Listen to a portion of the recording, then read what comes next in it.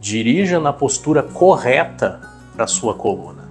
É muito importante que a gente tente entender como se deve posicionar o corpo ao dirigir para que nós possamos preservar a nossa coluna, não judiar dela, digamos assim, e com isso garantirmos que ela seja saudável pelo máximo de tempo possível. Eu sou o Dr. Davidson Alba, neurocirurgião, e juntos vamos tentar descobrir como a gente pode fazer isso preservando a saúde da nossa coluna. Se você é novo por aqui, se inscreva no nosso canal A Saúde da Coluna e ative as notificações, o sininho, para que você não fique sem saber que temos novos conteúdos disponíveis.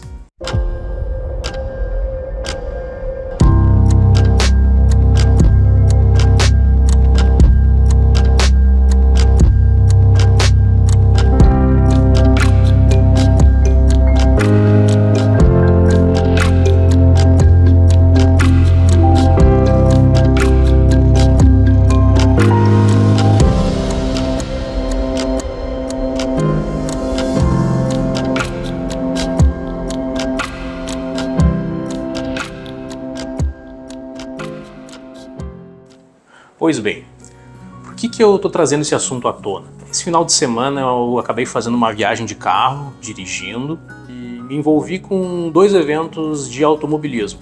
Um de automobilismo amador no Velopark, presencialmente, que fui assistir, e outro, que é o meu esporte favorito, foi assistir ao Grande Prêmio de Fórmula 1, que desse fim de semana foi no México.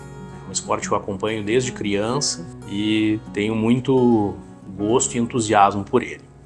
Bom, o que nos chama a atenção no automobilismo? Que também se reflete na condução de veículos automotivos nas ruas. A questão da postura, da ergonomia. Por mais que seja muito diferente hoje, atualmente, a posição em que um piloto de carro monoposto de corrida fica, né? Essa posição, quando a Fórmula 1 começou lá nos anos 50, era muito parecida com o carro de passeio convencional, né?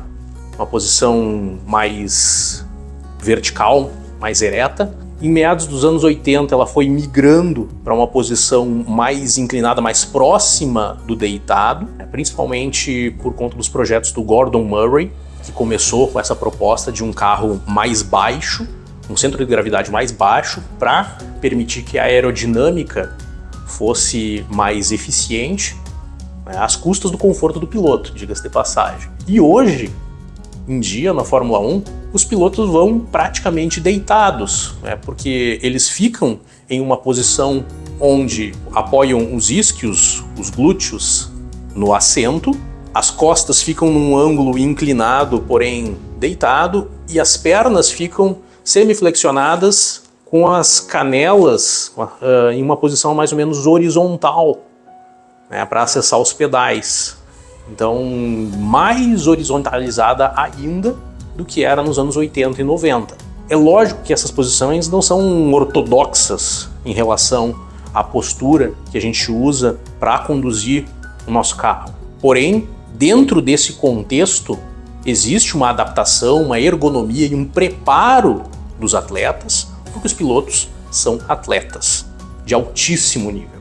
Então, eles são fisicamente, psicologicamente preparados para conduzir os veículos naquela posição e terem o máximo de eficácia nas suas manobras e nas suas tomadas de decisão. Da mesma forma, isso deve ser feito quando a gente conduz o nosso carro.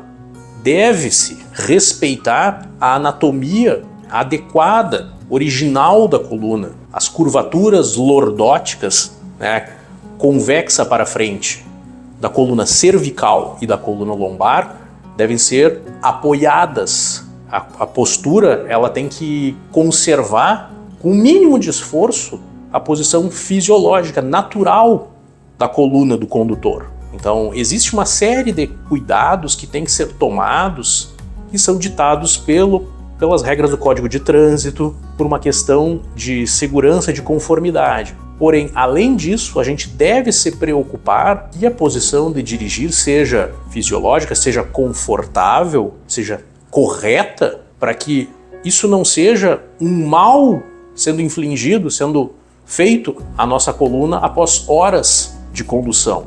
Então, tem que haver apoio adequado para que a gente consiga ficar confortável por horas dirigindo. Esse é o ponto. E então, além disso, ficar com os pedais, com a coluna lombar bem apoiada, com a coluna cervical apoiada, é um cuidado que muita gente não toma. Então, ajuste o assento e o encosto de cabeça do banco de forma que possas ter um apoio adequado, até para evitar fadiga dessa musculatura. Não é para ficar assim. Apoia no banco, tá? Todos os outros ajustes de espelhos retrovisores, por exemplo, e direção, né, a coluna de direção, o volante, devem ser feitos tendo em mente esses cuidados, para que a gente possa exigir o mínimo, sobrecarregar o mínimo necessário à nossa coluna, propriamente dita, e a musculatura que está em torno dela, a musculatura que a gente chama de paravertebral. Então, é esse o recado que a gente gostaria de deixar hoje. Se você gostou disso, deixe o seu like, compartilhe com seus contatos, com seus amigos. Até a próxima!